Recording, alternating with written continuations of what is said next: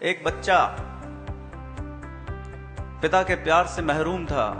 पिता जब जाते थे ऑफिस तो जल्दी चले जाते थे और आते थे तो बहुत देरी से आते थे। तो पिता हर समय बेटे को सोते हुए देखते थे। सुबह जल्दी जाते तो बेटा जाग नहीं पाता था, लेट आते तो बेटा सो जाता था।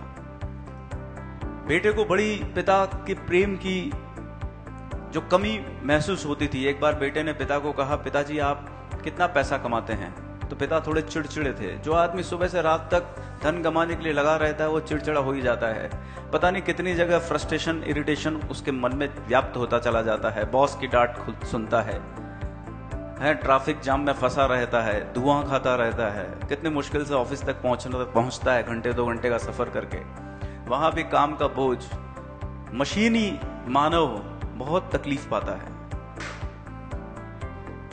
तो फिर बेटे ने पिता से पूछा, पिताजी कितना पैसा कमाते हैं? पिताजी ने बोला, तुझे इससे क्या, इतना छोटा है और ऐसी बात मुझसे पूछता है।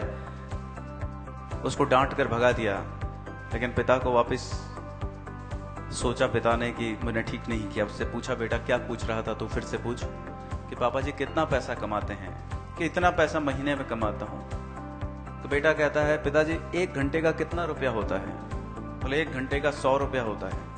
बोले पिताजी मुझे 50 रुपए दीजिए ना आप। बोले किस लिए?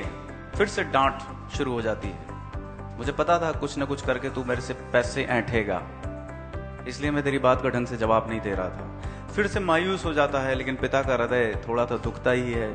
फिर से जाके कहते हैं, ये ले बेटा 50 रुपए।